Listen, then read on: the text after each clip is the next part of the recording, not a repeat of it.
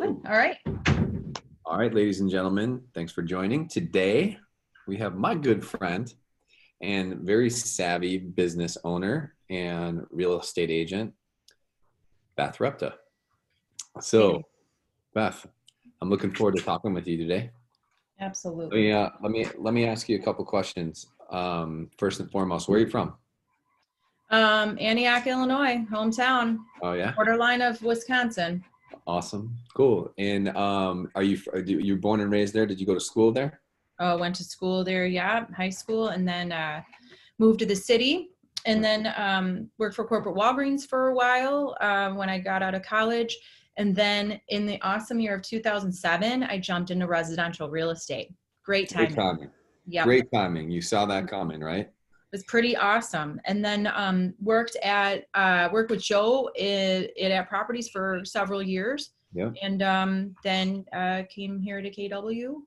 And so I've worked in real estate since 2006. Okay, cool. So Beth, talk to me about what were you doing for corporate Walgreens? Scouting out locations for retail stores. And at that time, they were opening a store every 17 hours. So we were busy. Okay. So I was traveling. Store every 17 hours. Yep. You were scouting, taking a look at that. Yeah, it was fun. It was a great job, and prepped me to do a good job here because I loved analyzing numbers. So it was okay. Super. So talk to me about that. How did it prep you? So what do you mean by that? Analyzing numbers with your Walgreens? Walgreens definitely taught me the basic principles of real estate. So location.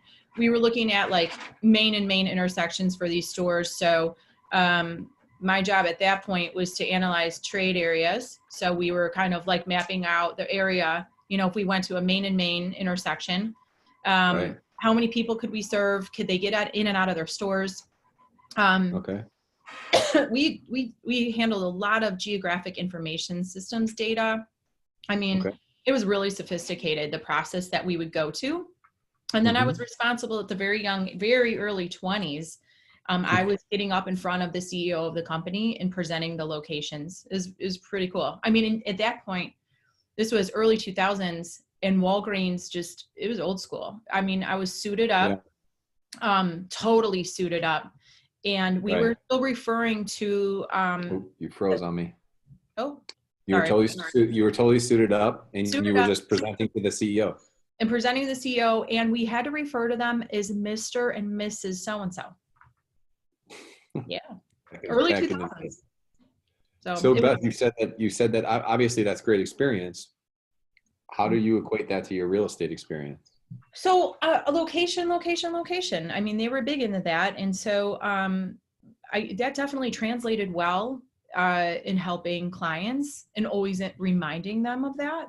Okay. Because sometimes they could fall in love with something, right? But then we're like, if you ask me to resell this in a couple of years, I don't know about this. So I remind them of the importance of that. The other thing is the analysis component, which was absolutely huge for Walgreens. We had to know our numbers backwards and forwards. We analyzed comps, just like we do in real estate, although those comps were other Walgreens stores. So I got really experienced at analyzing comps and did it for a long time. So I started at Walgreens in the year 2000. It's 2020. So I've been analyzing comps for 20 years now, both from a commercial front and for residential. So mathematics, identifying trends, all that good stuff. I am a total dork and have been for a long time with that stuff. So I love it. That's awesome. Well, we're going to get to our topic in a couple minutes, but before we get there, that's obviously going to translate well into our topic. So Beth, you and I have had known each other for a long time, have had a very similar journey here, and and we're good friends, right? We talk a lot. Talk to the audience and talk to the people who are going to watch this on video about mindset and how important it is. Oh, that's everything. And really, I didn't know how important that was until I came to KW. And I think I was hanging around and hearing a lot of people talk about mindset. And I think for me, that was kind of one of the biggest eye-opening things in coming to KW.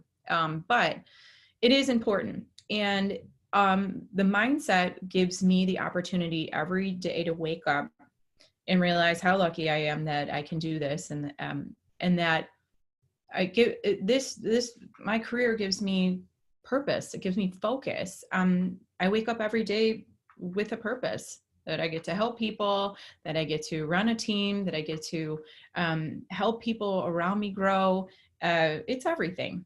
And it's just, and sure, there are, a handful of days where you just feel like, a little overwhelmed or stressed, but I just power through. That's kind of my experience with mindset. Oh, Joe, I can't. Oh, here you go. I hit mute on accident. So Okay. let's talk about your team here for a second. So walk us through your real estate journey before we get into the topic of cutting some expenses. So you started with that properties. You and I started there. You were running a business, right? You came to Keller Williams a couple of years ago now, right? Now, almost 3? Four-ish. 4? Okay, got it. So started running it like a business, right? Yeah. But what has been your success? What has been your track record? Where did your business go like this? Well, you just said it. And getting back to mindset, that is the game changer. Okay. When I decided that I was running a business, I wasn't an agent anymore. I'm running a business. Right. And with that comes a lot more responsibility in my mind. And where I think things really started to take off is when I had that mindset, and treated it as such, and got my first step in doing that was getting my financials in order. Something that I had dodged for many years. Right. And I remember that I would get file my tax returns, right? For many, many years. I would file my tax returns. I'd get the call from my accountant, and my accountant would tell me the profit, and I'd have a good cry. Yeah. Probably a couple glasses of wine. Yeah. And then I just had to mentally gear up to do it all again next year. And, rinse, repeat for years. This went on. Right. And but that was my agent mentality. That was just that. Okay. That was okay. I had zero, no accountability. I had no idea how much money I was spending. Right. Profit was not on my mind. The only thing that was on my mind was volume. How much volume was I selling per year? Yeah. And the rest didn't matter to me. And when you switch that mindset and you're now a business owner, your focus is profitability. Right. Your focus is controlling those expenses. Your focus is increasing revenue. And that was the biggest growth piece for me in my career to this day. Yeah. Is refocusing. And because now I'm a business owner. Hey, Beth, let's touch base on that for a second. Why do you think that is? Like, why do you think, I've been selling real estate since 2001. You said 2007 now. We were taught and programmed to go after volume, right? Of like, hey, get that. And, we hear at Keller Williams a lot of times say, hey, what's more important to you, your checkbook or your checking account or the award or your award shelf, right? It was the awards. Yeah. Why do you think the awards were so, what do you think, where did that come from? Like, why is everyone chasing the awards? It was such a production. And and that was the culture. Right. That was that. And like, I felt like I made it if I got that award. Right. And really that award now is for me and for so many people that I see too, it's just like that actually was a ceiling. Right. Because if I achieve that award, which now looking back is sort of low for where I'm at now and where many people are in their career, that was a ceiling, because I thought once you reach that was like the pinnacle of success. And but then when I kind of switched gears and got around different people and really started looking at the people across the nation, like that is like, it's like, that's minuscule. And that's minuscule, those thresholds and that ceiling. So you had that aha moment that you said, hey, listen, I have, because now you have a family, right? You're married and you have 2 kids, so it's like, hey, what's more important to me is I run a profitable business. I don't really care about the trophies, right? No. Mm-mm. That's a great mindset. All right. So Beth, you said that you had to get your financials in order. Mm-hmm. That was a couple years ago. Yeah, Joe, not easy to face the music on some of this stuff at all. I definitely, and I'm going to make sure that my accountant watches this too, because he was sitting in that room. And year one, so step one, I hired an accountant that was going to run my books the way MREA ran. I wanted my chart of accounts to be the same. I actually sat in a class, I believe it was Agent Financials, and it may have been with James Shaw or Gene Rivers, one of the two, but that was definitely a game-changing class for me. And I wanted my financials to run like from the book.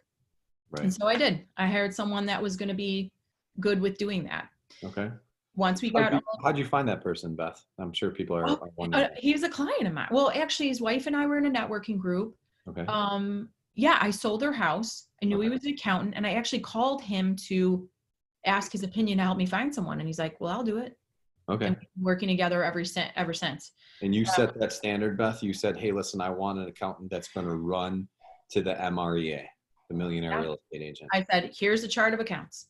Can you hook it up? And he said, fine. Cool. That's awesome. So I was clear about that because I could understand that because I had been taught that. So he did. And we got on QuickBooks Online.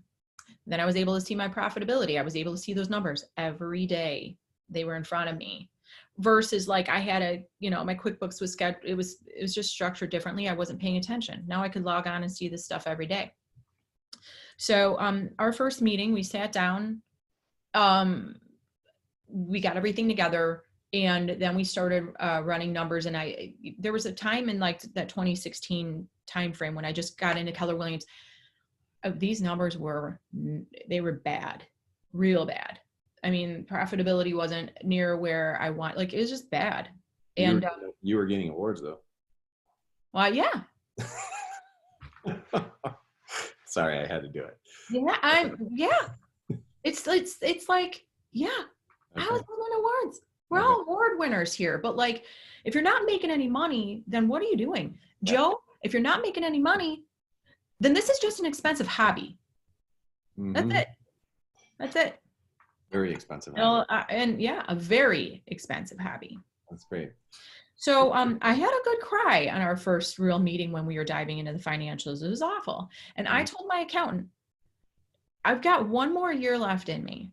And if I can't get this turned around, and if these aren't numbers I'm proud of at the end of the day, then I'm done. I don't want to do this anymore. I'm not, I'm done. And so you put a time frame on it. I did. I wasn't going to do this again. Yeah. I had a family. I spent a lot of time. It just wasn't worth it to me to go down and do all this for nothing.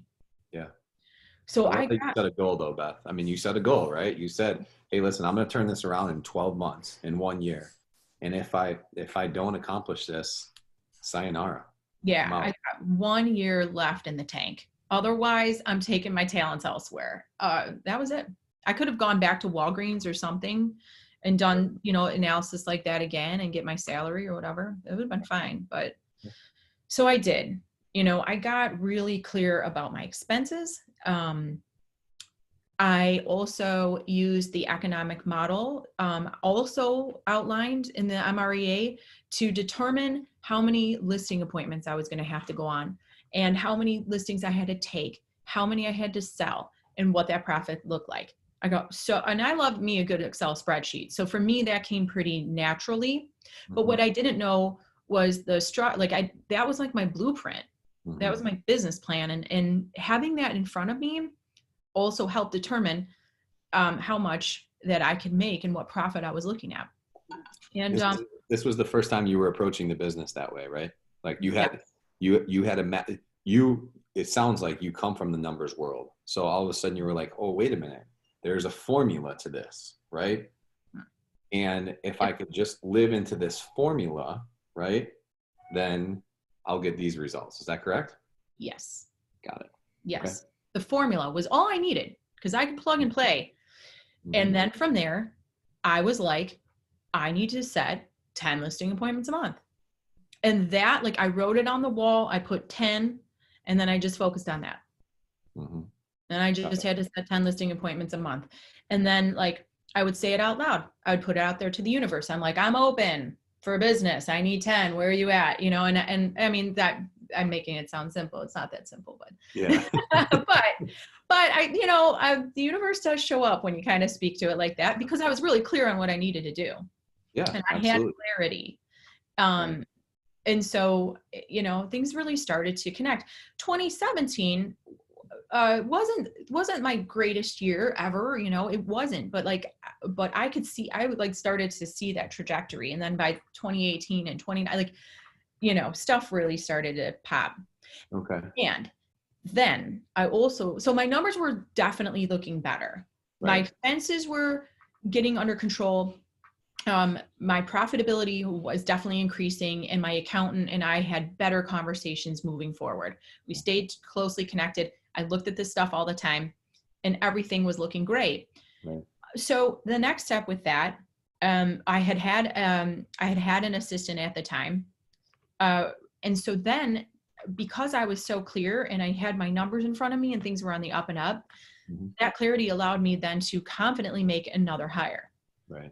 Something that I just would not have felt comfortable doing had I not had this data set in front of me and felt confident doing that. Mm-hmm. So then I was able to bring on someone else. Right. And then fast forward, then I was able to bring on a buyer's agent because I had the clarity. I was ready to do that. My numbers were showing up and I was comfortable essentially sharing that segment of the business with someone else. Mm-hmm. And then the numbers keep growing. Right. So right. that it's just clarity. So Beth, your journey was, all right, I'm going to make a decision here. I'm going to give, what I have left in the tank is going to take 12 months. And although you said, hey, I didn't have the greatest year that year, you saw growth, right? Yeah. Mm-hmm. What were you tracking as far as your growth was concerned? Oh, listing appointments, listings taken, stuff I'd never cared about before. Okay. My mentality before several years ago was like, oh, I just am so lucky. Like I'm just got luck.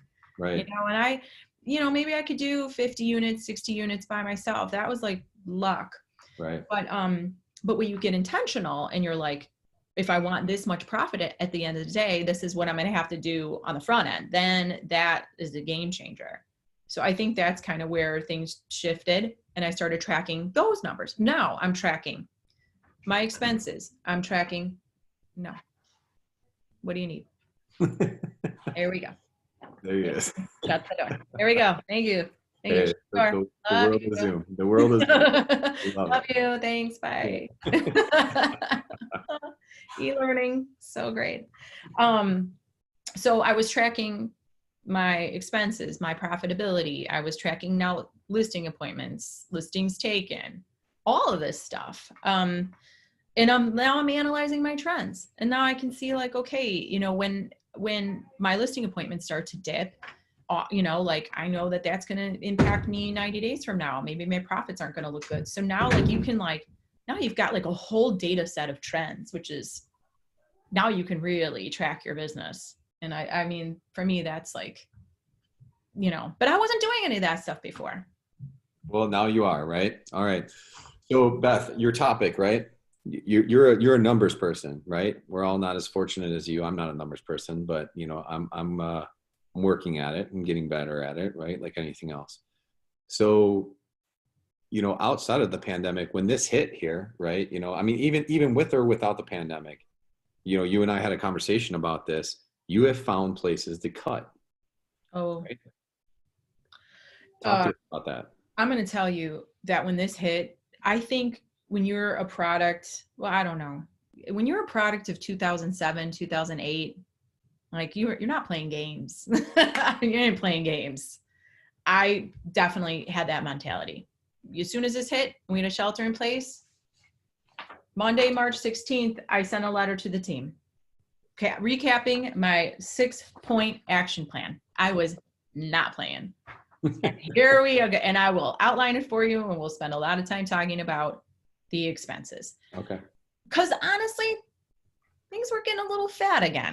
Yeah. You didn't realize. I mean, same here, Beth, right? It's like you didn't realize what you were spending money on. I Yeah. mean, both personally and in business, right? You were just kind of like, whatever, you know? I was being comfortable and I'm like, oh, well, we can try this or we can do that. And, the stuff was working okay. But what you and I recently talked about, which we'll get to is, do we really need this? Yeah. So step one, client communication. We locked in all our deals. We called them and I have a great coach, a great maps coach. And, he's like double and triple down on that communication. Make sure you keep these deals together that you have. Mhm. Cool. That was no problem. We Right. could do that.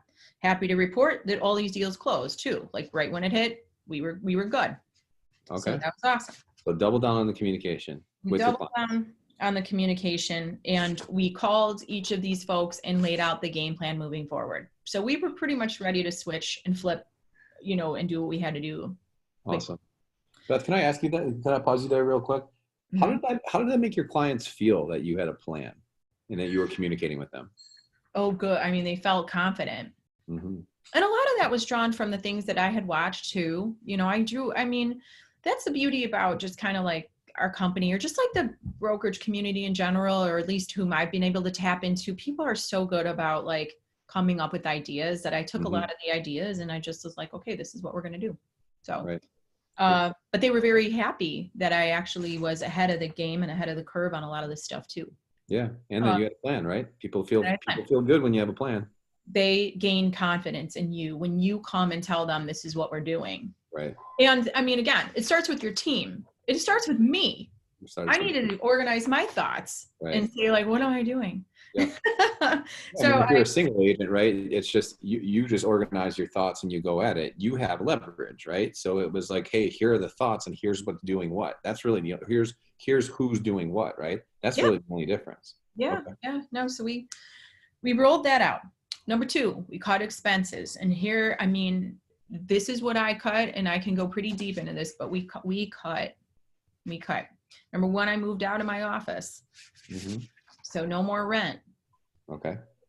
Which my office was so gracious to allow me to do. And I'm very thankful for that. Yeah. Very cool. So that's a monthly expense gone. Yeah. Right. And I mean, coaching was definitely on the chopping block. Mm-hmm. And I did not want to let that go. Thankfully, Maps came in and cut it in half. Thank you, Maps Coaching. There it is. People are willing to work with you. Yeah, right. People are willing to work with you. And that was, and quite frankly about Maps Coaching it was so cool that I didn't have to ask that. Like that, just super cool. It's a good feeling, right? When somebody says, hey, we're looking out for you. We're going to cut your expense in half. We know what you're going through right now. Totally. Right? And guess what? Like, I still have my Maps coach because I feel like they're so helpful to me. At half the cost. At half the cost. Very grateful. Some CRMs. I mean, I had at the time, embarrassed to admit, we were dipping our toe in Command, and I had Follow Up Boss, and I had Brevity, and a lot of expenses, and we were just kind of in a weird spot with that. So made some quick. You sound like Joe Zimmerman right there. Just have a little bit of everything. Like, oh, I think this will work. I think this will work. What about this? But the funny thing, and that's, I mean, like, I know I am totally that person. Well, let's try this, or I'm all over. I have a lot of ideas rolling around here. Yeah. And just rapid fire. These poor people. To give clarity, you cut all CRMs? Minus I cut Follow Up Boss. Okay. And I kept Brevity PieSynced with Command, which we still are operating that today. So the ones that you're operating with and working on. All right, got it. Yep, kept that. Direct mail. Mm-hmm. Clipped that. So meaning farming. Yeah. Okay.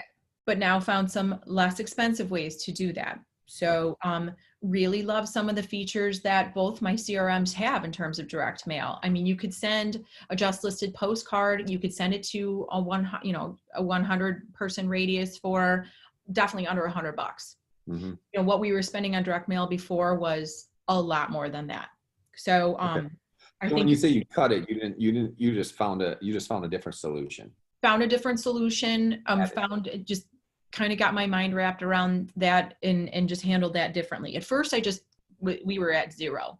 I'm not sending one thing. Now we started to bring it back a little bit slowly. Bomb Bomb. I like Bomb Bomb. Bomb Bomb's really expensive though. And I had the souped up prompt and all this other jazz. And I like, it's not that I don't like these things, and it's not like I wasn't always using them, but I'm like, do I absolutely need this? This is crucial. Am I going to lose sales if I don't have Bomb Bomb? The answer is no. Right. The answer is no. There are other ways. Facebook Live. I really jumped on Facebook Live. Mm-hmm.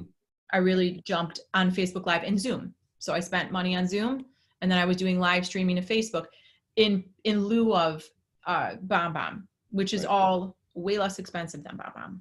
Right. So we cut that. Haven't brought that back. Okay. All unnecessary subscriptions. And when you add these all up, they're so expensive. I mean, really, we went line by line by line on everything, entire P&L statement. And like, guess what? Like, I have a P&L statement. So cool. I've had a P&L statement for like 4 years. So great. Goodness. So you cut do the math. Do the math. I've been in real estate since 2006, and I've had a P&L for 4 years. Yeah. Get yourself a profit and loss statement, folks. If there's one takeaway, you can listen to me babble all day. Just get one. Get one. It's not that. Get clear about that. Okay. So we just went down the line by line, and I'm trying to think of even little examples. You said subscriptions, right? You're probably paying like $20 or something, or even $10 or something, and then all of a sudden you're like, that adds up, right? You're like, wait a minute, that's, at the end of the day, that's $100+ a year or whatever it is. Totally. You do 4 or 5 of those, you can start making some money. Well, Joe, I also really loved a lot of office lunches. Yeah. Oh, we were eating pretty good. And we laugh about it. And I've been known to Uber Eats Diet Cokes to the office. It's $1 Coke. It's costing me 10. Horrible. Okay. Some of them, I guess, I don't know. So Beth, give me this. How much did you, whether it's a percentage or an amount, how much did you cost? 50%. You guys, I looked at I'm going to be totally transparent with you. Okay. Yeah. I'm very open when it comes to numbers. I budgeted between $22,000 and $24,000 a month of expenses. I'm at 12. Nice. Good for you. Huge. That's awesome, right? Huge savings. And it's really fascinating because guess what? Still setting listing appointments. Yeah. Hey. We're still spinning. We're still doing business at half of the expense. Expensed about over $100,000, and I'm still doing just as good as amount of business. Good for you. Still going. So, and like you and I were talking, it's like, I don't know. I don't ever want to get back to that. It's not saying that I won't open up and loosen up on some expenses, but it just has to meet, I think when I take anything on, it's got to meet a couple of different criteria. What they are, I'm not sure, but biggest one, how is this going to drive sales? Right. A lot of this is red light, green light. Right. How is this going to drive sales? Yeah. If it doesn't, you just got to ask yourself those questions. Because again, as things get better out there and you get a little looser, and then we bring back the office lunches. I mean, funny thing, and I've said this a couple times, in March, right before I had went to Shaku, which is this really nice sushi restaurant out here in the burbs. And I had $133 lunch. Hopefully there was some wine involved in that. Oh, but yeah, a couple cocktails for sure. But I mean, yeah. Well, we had fun. I mean, and hey, I'm not saying that's not, I want to award the team. I love that stuff. I want to go out and reward them and stuff, but we probably could have achieved that somewhere else. Good for you. And the good news is that my team is they get it. They know. They're we get it, so they're cool with it. They get it. So that was the cutting expenses.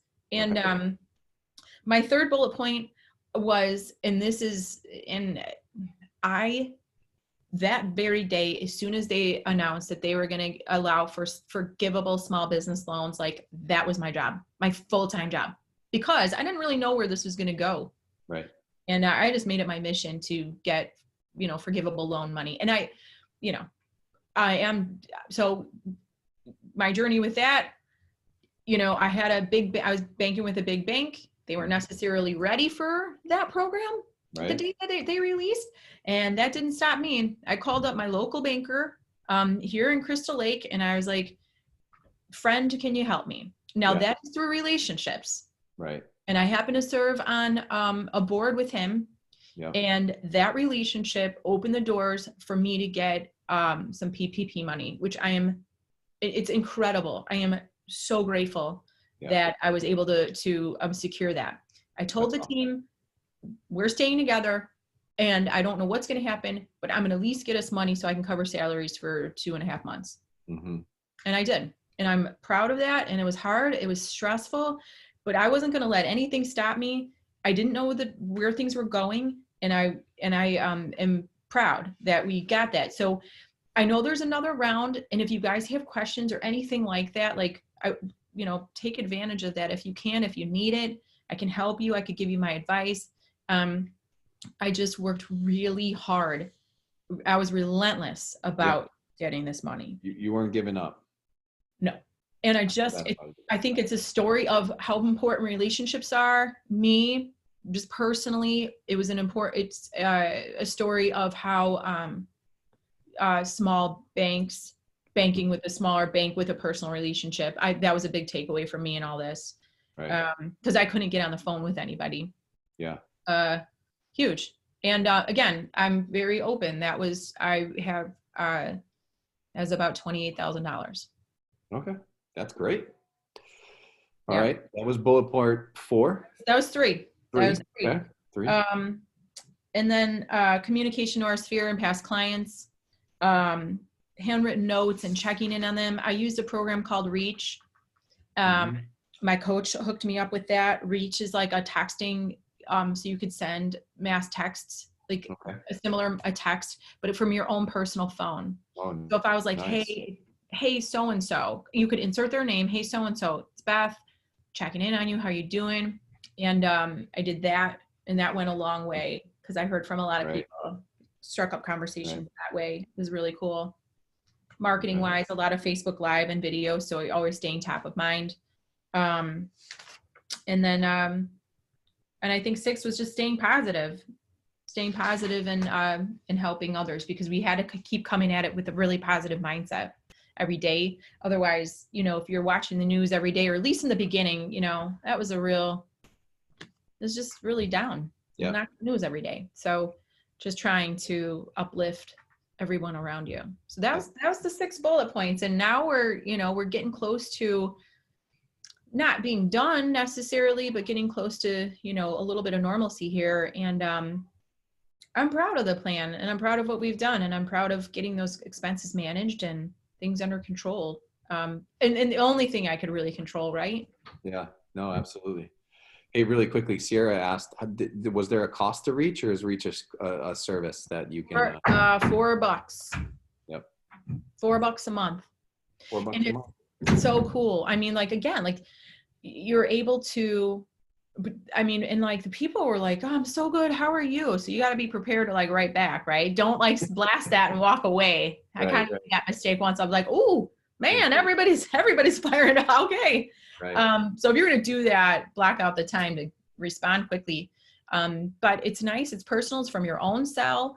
A lot of these CRMs now have texting capability, but it's not coming directly from you. Mm-hmm. And I wanted them, I want to make sure this is my personal cell. They knew it was me. Mm-hmm. I care. I'm checking on you. You could respond to them. You could respond to them back. So here, I'll go to Sarah. Do you recommend a certain number per session? Oh, probably 10 to 15. Some people are going to write you back, and then some people are not. So you can manage conversation with maybe 7 to 10 people at a time. Mm-hmm. So not so bad. That was the one you did. Beth, what's amazing is we talked yesterday, right? And we talked about expenses, and we talked about, whatever. The kind of the format of these talks you just personally just live it, and you approached it this way. Of the format of these lunch and learns have really been mindset, right? Like, how are you going to approach this with the mindset? Strategy. You had a strategy that you were going to put in place. Hey, I'm going to cut expenses. I'm going to love on my people, right? And I'm going to have a plan, right? Systems.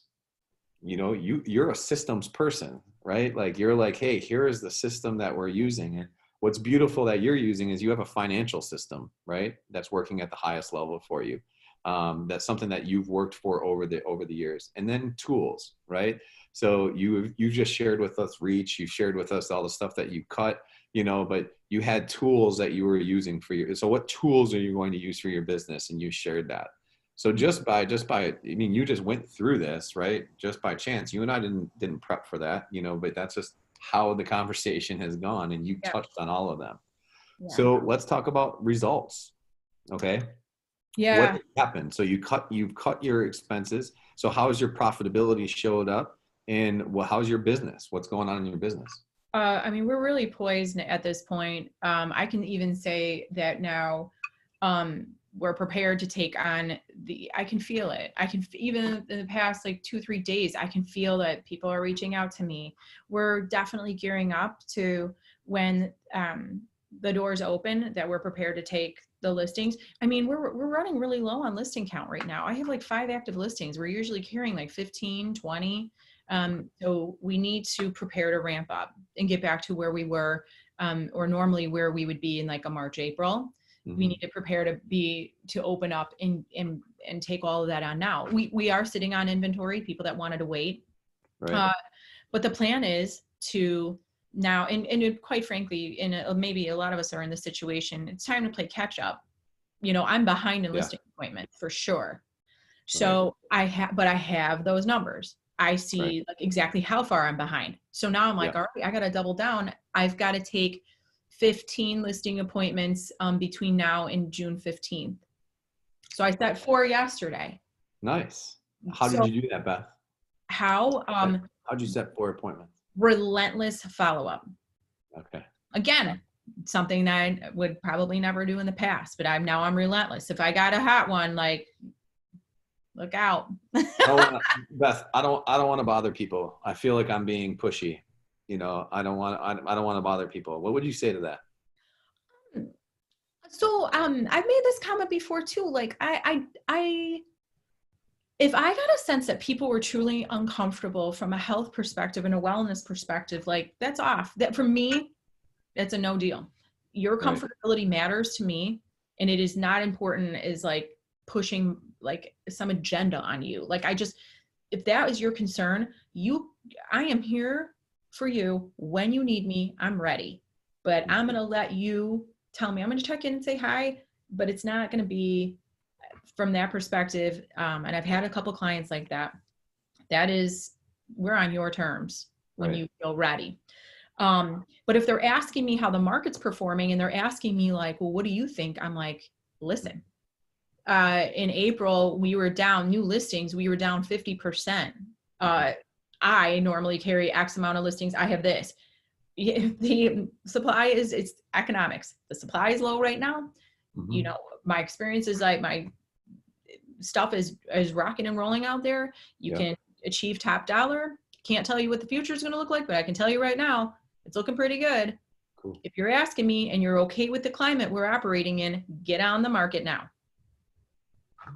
So your advice to these 4 listing appointments, right? That you set, and you're going to set 11 more by June 15th. Your advice is get to the market.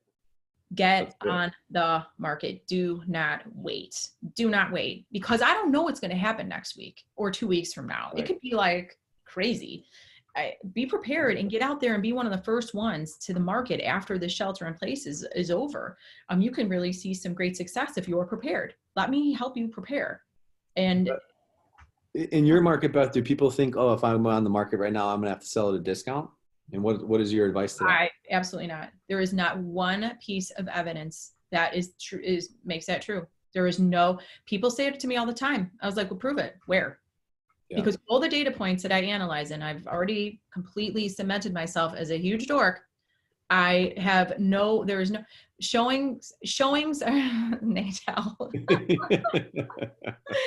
Even loved it. Showing data is up. I mean, it dipped, but it is back up. I've I will seen no. say, Beth Repta, you have always been a data nerd, and you made me even more of a nerd by being so I love you. Speak Every, Sandwiched in between some. I'm gonna mute myself again. Sorry. I mean, every data point that I would measure that's not the conclusion. In month 5, inventory is low. Prices are still, even if they're flat or still rising, it's fine. I've not seen this. And even if it does do that, right? If you look at we all know this is not a housing market issue. Right. We went into this low and now it got lower in terms of supply.